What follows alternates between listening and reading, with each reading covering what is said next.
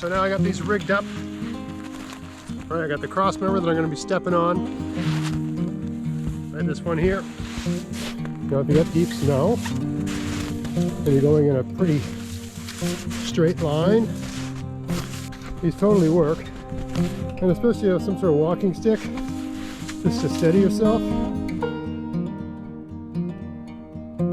It's winter, you've hiked back in the woods, you spent the night, and you wake up, and there's a couple feet of snow, and you've got a long hike ahead of you. What do? All right, so this is a video on how to make an improvised snowshoe, the snowshoe that Morris Kahansky called the ski shoe. The idea is you take a couple little spruce trees like these ones here, like 6 feet high, 6 foot length of spruce tree, and you fashion them into an improvised snowshoe that's almost 6 feet long, using just some whatever cordage you got, paracord, bank line, whatever you got around, right? Whatever you can use. In a pinch, I suppose you could use spruce roots or something like that. Although I don't know how you'd get those in the dead of winter when everything's frozen solid. Anyway, you got to rig something up. Here's how we do it. Okay, so what we're looking for is, I'm just using my height as a gauge. All these trees here are about 8 feet high. They're just saplings. I want to use the part that's at least close to ½ an inch thick, and then at the base we're like an inch thicker, a little bit more. You want to thicken it like this, where there's a whole bunch of spruce trees growing close to one another, so that they're all tall and spindly, so you have a nice straight stick, right? And you don't need anything special to harvest those. I've done lots of videos on how to just bend them over and cut them with a knife like this. Even a rat tail tang knife like this is just fine. Okay, I'll show a little footage of that, but that's the gist of it. Okay, so I'm going to harvest a few of these, and then I'll show you how to tie these up.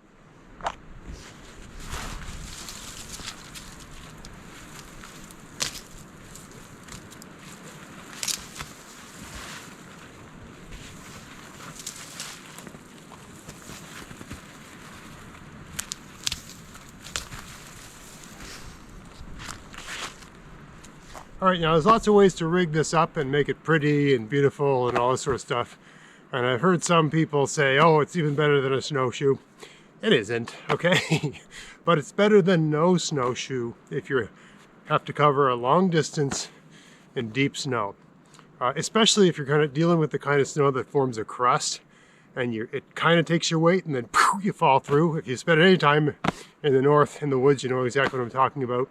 If you got a situation like that and it's like a foot deep or 16 inches deep or 24 inches deep, you're walking and then poof, you're falling, and you're just constantly falling 2 feet. It is exhausting. Okay, so I'm just going to show you like the most basic setup for this. If you want to do something more beautiful, I'm not the guy to do it. I would only do this if I had to, right? And if you're going a short distance, you can just push through, power through the deep snow. Or if you're young and you're full of energy and all that sort of stuff, you can just push through and power through. But if you've got a few kilometers to go, it's, you might think it's going to be okay, but then after about 10, 15 minutes, I mean, you are really feeling it, right? So this is what you do. Okay, so I got a bunch of saplings I took down just with my knife. I could do this whole thing with a knife, but just for the sake of time, I'm going to use this little, pocket folding saw that I got here. Always handy. What does it hurt to bring something like this, right? So what I'm looking for among these is pairs. Now these are like 6 feet long, and I'm looking for pairs that are roughly the same diameter at the base. Okay, and I'm actually not going to limb these. I'm going to slap them together and walk on them unlimbed and just see what I need to take off. All these branches, when it's turned into a snowshoe, act like a kind of webbing, right? They're going to help keep you up in the snow. So some of them are sort of need to be removed, but some of them don't. Okay, so once you get them together and you see which way they lay, that's the decision to make afterwards. And you just knock them off with your saw or with your knife and a little baton or something like that. Okay, so I'm trying to find pairs of like, this one's quite narrow in diameter, so I might use this for cross members. You're gonna have a couple cross members with this, but anyway, so these two look like a good pairing, and I'd say these two look like a good pairing. I mean, leaving the branches on is a balance of the weight of the ski shoe and how well it keeps you up, right? More branches you leave on, the better it keeps you up, but then it's heavier to walk in. Also, is it grabbing snow? Is it holding snow? Or is the snow just bouncing off? All that sort of stuff. Okay, so here's our basic thing. I'm gonna just very quickly, I'll make one up here. I'm gonna take just clean the ends up a little bit. All right. These go together much more quicker than you think. Now, when you buy a nice snowshoe at a store, you know, you're trying to find one that's just the right size for your height and all that sort of stuff. And I mean, there's a question of maneuverability, being able to turn and everything like this. With these are for walking in a pretty much straight line, okay? If you need to turn around, you take them off, you turn around, you put them back on, okay? Because we're going for ease of construction, for speed of construction, all right? All right, so here we go. I got these two here. What I'm gonna do is I'm gonna attach them at the base. That's gonna be the front, okay? And then the very long ends at the other end, that's the back, okay? And I'm just attaching them at the base using a jam knot, although it's what I call a double jam knot, where you wrap it around twice before you make your jam knot, okay?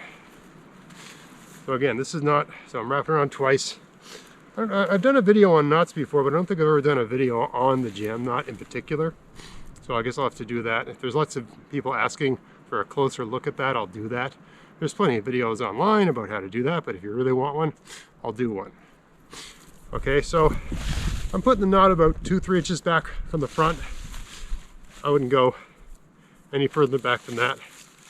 And now I'm just cranking it down nice and tight. Okay. Now I'm just going to put a knot in behind that. I'll cut that off right about there to hold it in place. All right, so now I'm going to attach a cross member, and the idea here is that I want a position where more than half the weight, this is the front, I want the cross member roughly where more than half the weight is at the back. So when I pick up my foot, it'll tip up. Right, I'm not putting a bend or a curve into the front of this like on a, you know, when you buy a snowshoe or you see the traditionally made, beautifully woven snowshoe of the various First Nations. This is just going to be straight, but the idea is when you pick up my foot that the front comes up and it doesn't dig in. Okay, so I want to find a spot that's somewhere, you know, kind of in the middle, but not too far back. That seems about good right about there. That's going to be under the ball of my foot, okay? So now I need a cross member to attach to that. And I'll just use a piece of this here sapling. I'm not stripping the bark off of any of this. There's no point in doing any of that. The bark just adds grab, right? Like a pair of crampons. Okay, so I want that maybe about, you know, almost the width of my foot, maybe a little bit further. Okay, so I'm going to go, let's say, roughly like a cubit, you know, from the elbow to the wrist, right? Just using your hands to measure things. And 2 inches beyond that, it could be good.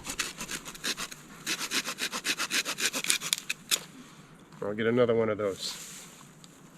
You're going to need 2 anyway. All right, on the side.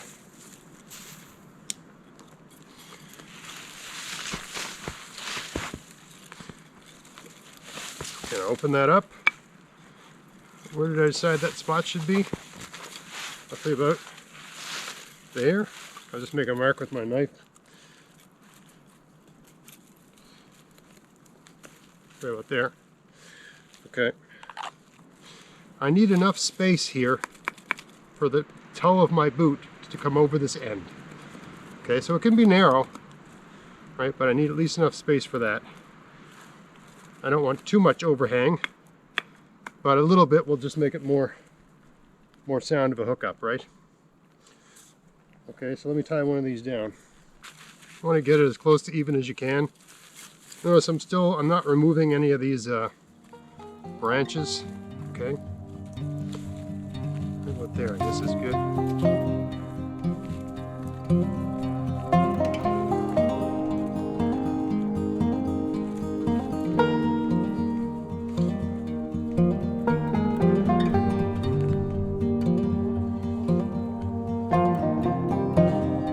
going to use the jam knot.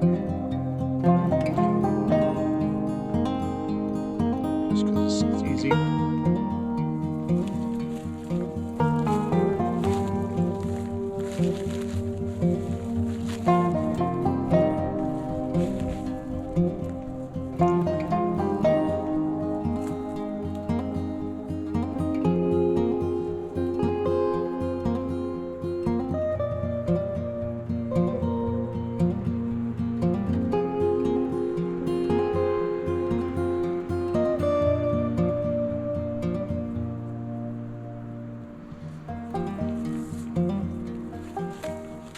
Alright, so we got that attached.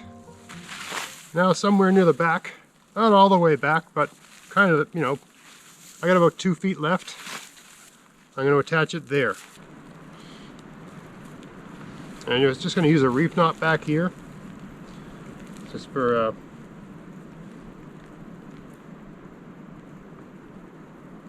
sake of simplicity. There we go.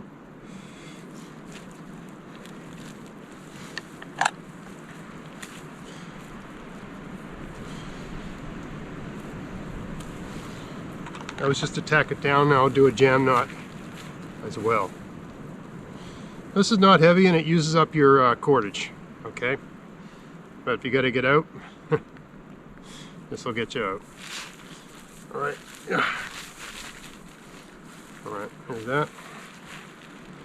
Just tie it on.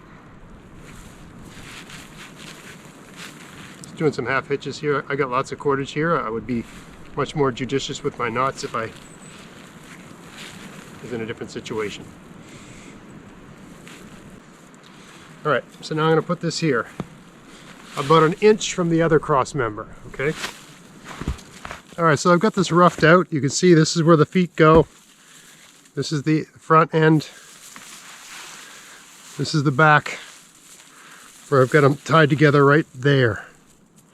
Okay, doesn't look like much, and it weighs a lot more than a conventional snowshoe. But we can make it lighter by just removing branches. But depending on how deep the snow is and how the snow is behaving, you might want to leave these on because they help you stay up, just like the pads on a rabbit's foot, right?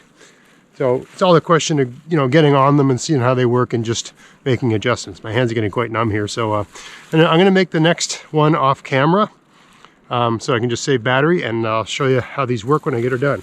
We also have to make a strap to hold my feet on here, okay, just using cordage. All right, so now I got these rigged up. All right, I got the cross member that I'm going to be stepping on. Right, this one here.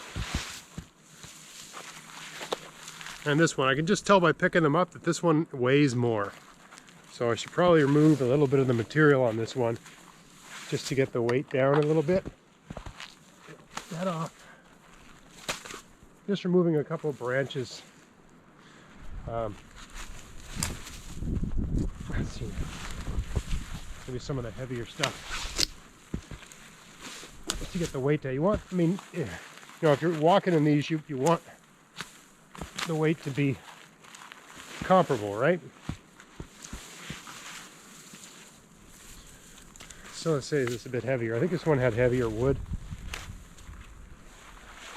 Cut that off too. I don't want to change the balance of the weight, like the, you know, it still has to balance so that it tips up so I can walk properly. I'll move a couple of these here. That stuff there.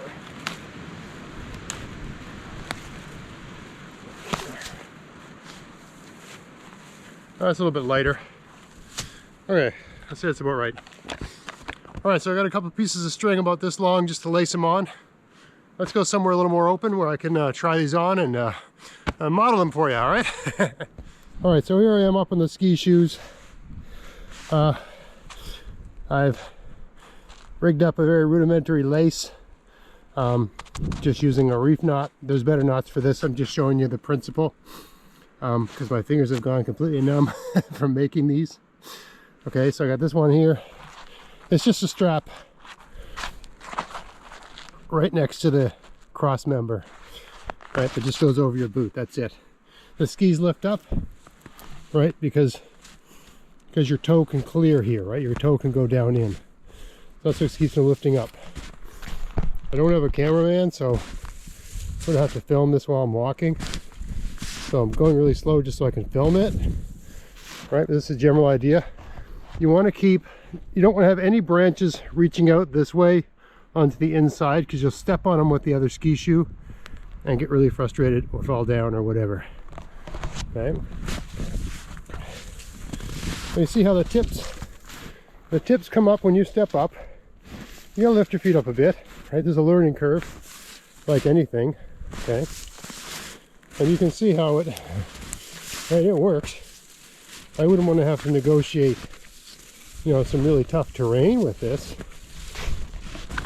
But, I mean, you can get around. You know, if you got deep snow, and you're going in a pretty straight line, right, I think you're okay. Now I'm back on my trail here, so I wanted to show more deep snow here. I'll just go beside the trail through this uncompressed snow here. Okay.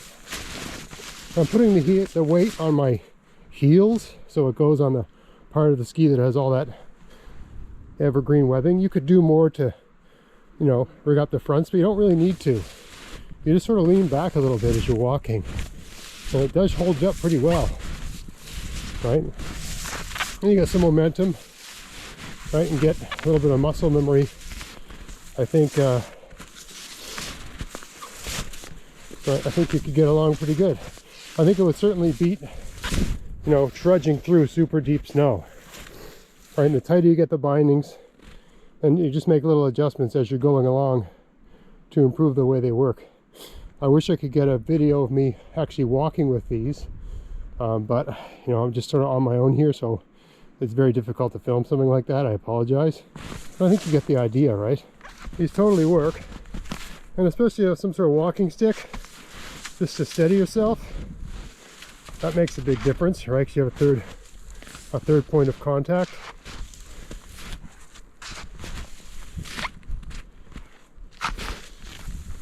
Rather not running with these on. And I'm sure with a little bit of adjustments in the bindings and stuff, and just balancing them out for weight, I think you could get a pretty good system going. Right here I'm just going with a little kind of, just using a tree. Right, but even that makes a difference, because you just have a bit more balance when negotiating all this rough stuff like I'm going through here. Right, people might ask, what's it like going through rough stuff? Well, you got to get your tips up. Right, you got to get up over things. But you can totally do it. So that's the basic idea. The ski shoe, the improvised snowshoe. If you're stuck in the back and middle of nowhere, overnighter sort of thing, and you get dumped on with snow and you got a long hike out and the snow is really exhausting you, or you think it's going to, you know, spend about an hour rigging these up. You can easily put together a pair of these in an hour. If you're really good at it, you can probably do it in half an hour, okay? And a question of how sophisticated you want to get with your knots, and what you want to do with the limbs, whether you want to leave them on or trim some of them off or make little adjustments and that sort of thing. My advice would be to leave most of them on, except for the ones on the inside, because you'll step on them when you're walking. And then just based on weight and the way they feel and how they're responding to the snow, trim them down. You know, take 10, 20 steps, trim them down a bit, take a few more steps, trim them down a bit until you get them working the way you want. Anyway, I hope you found this interesting. If you did, please like, share, subscribe, and until next time, enjoy the outdoors on the cheap. Thanks for watching.